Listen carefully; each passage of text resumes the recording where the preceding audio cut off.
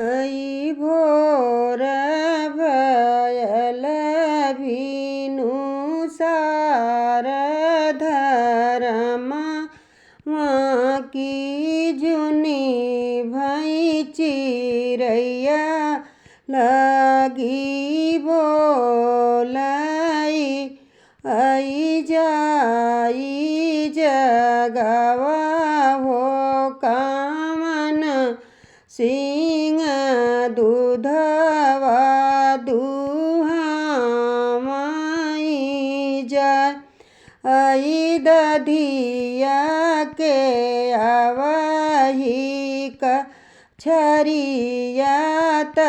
मठवा के नारी बहै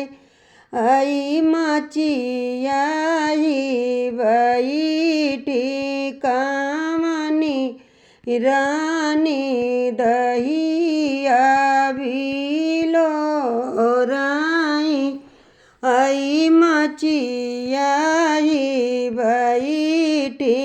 कामनी रानी दहिया बिलो राई आई भोर भयल भिनु सार धरमा की जुनी भई चिरैया लगी बोलाई आई भोर भयल भिनु सार धरमा की जुनी भई चिरैया लगी